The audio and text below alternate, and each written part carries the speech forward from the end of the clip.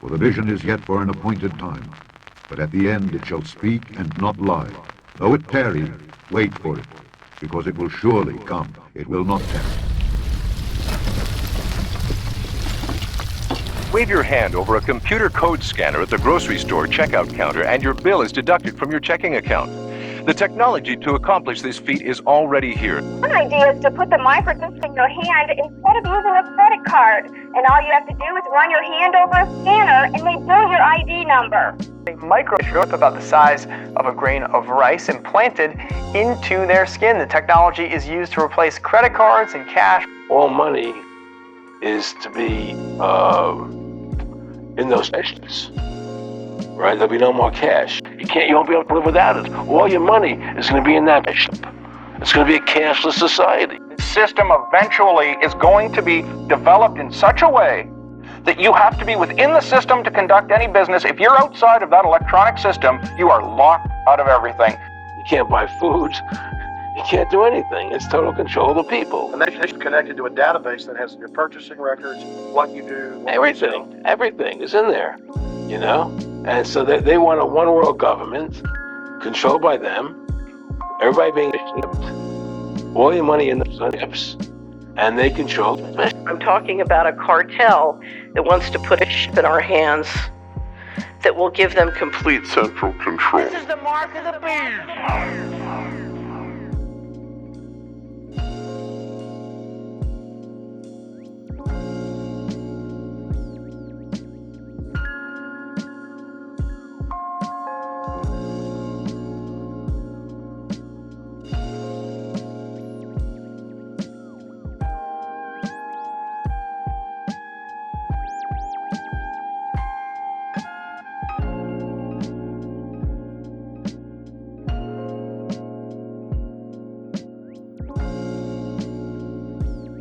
All right, RFID, as you may know, is now converging with payment devices. We've got a couple 100 million RFID-enabled credit cards that have already been issued around the globe.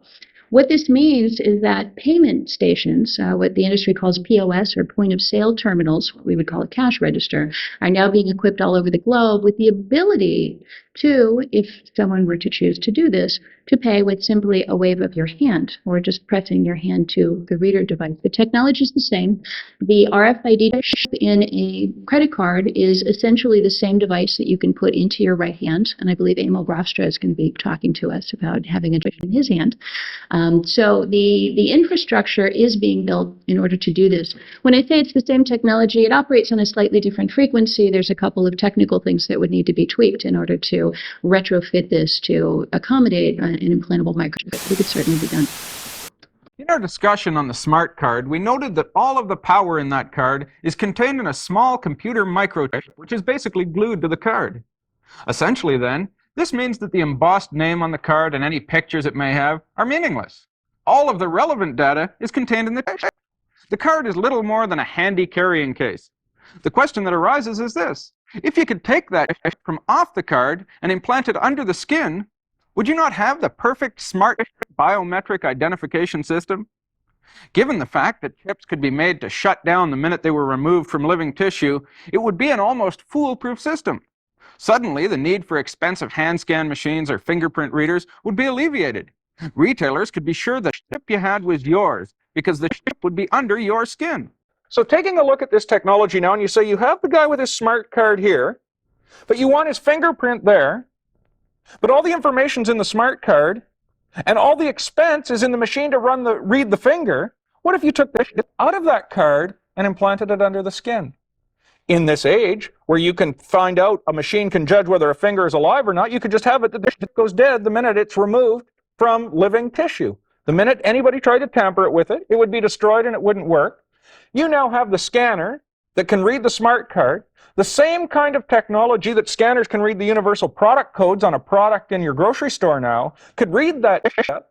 So there's not an expensive technology.